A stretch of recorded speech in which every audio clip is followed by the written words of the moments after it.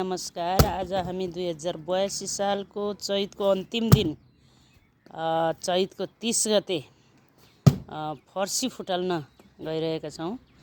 फर्सी चाहिँ चैत वैशाखमा खाने भन्ने जुन हाम्रो चलन र गर्मीयाममा खाने फर्सी एकदम राम्रो भिटामिन ए को स्रोत भएको हुँदा यो फर्सीले चाहिँ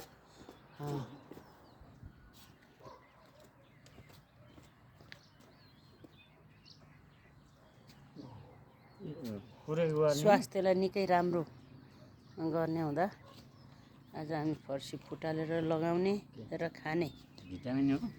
भिटामिन ए को स्रोत हो, यसले चाहिँ राम्रो गर्छ। राम्रो रहेछ है।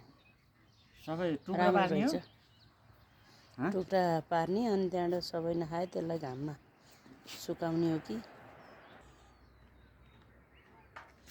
घाममा सुकाएर यो फर्सीको बियालाई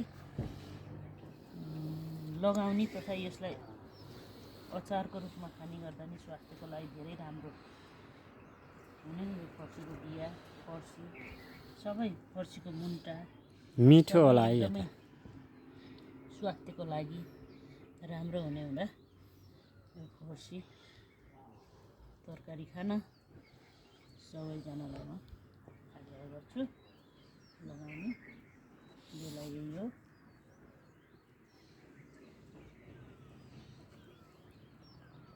यो बिया पनि एकदम राम्रो हुन्छ कि स्वास्थ्यको लागि खाना नि लगाउनभन्दा बढी भयो भने यसलाई सुकाएर अचारको रूपमा अचारमा छोप लगाएर खाने गऱ्यो भने एकदम स्वास्थ्यलाई राम्रो, मिठो पनि मिठो हुन्छ। जति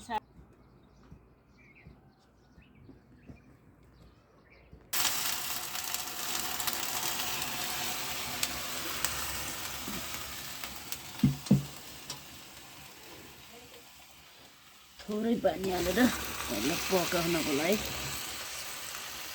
पानी राखियो थोरै। अब यो नडढोस्, धेरै पानी हालेर मिठो हुन्न, पाक्ने हिसाब किताब मात्रै हाल्ने हो। यसलाई मजाले छोपेर पकाएपछि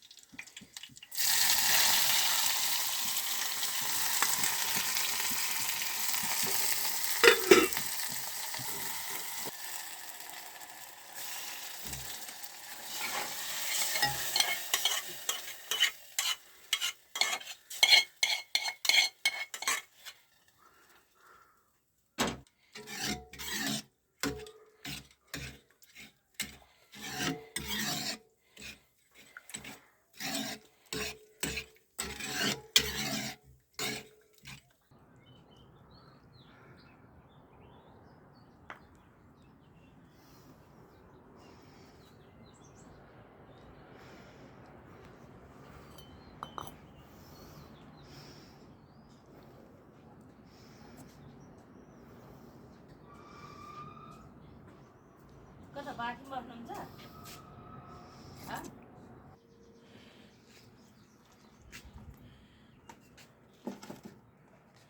दुध होइन, पुरै तर लाग्छ।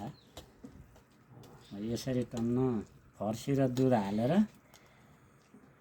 खायो भने बडो मिठो हुन्छ। मलाई एकदमै भातसँग फर्सी दुध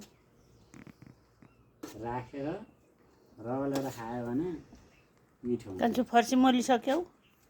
मलाई धेरै मन पर्दैन हो, फर्सी खान पर्छ है। फर्सी एकदम राम्रो चिज हो है, मिठो हुन्छ, भिटामिन ए पाइन्छ।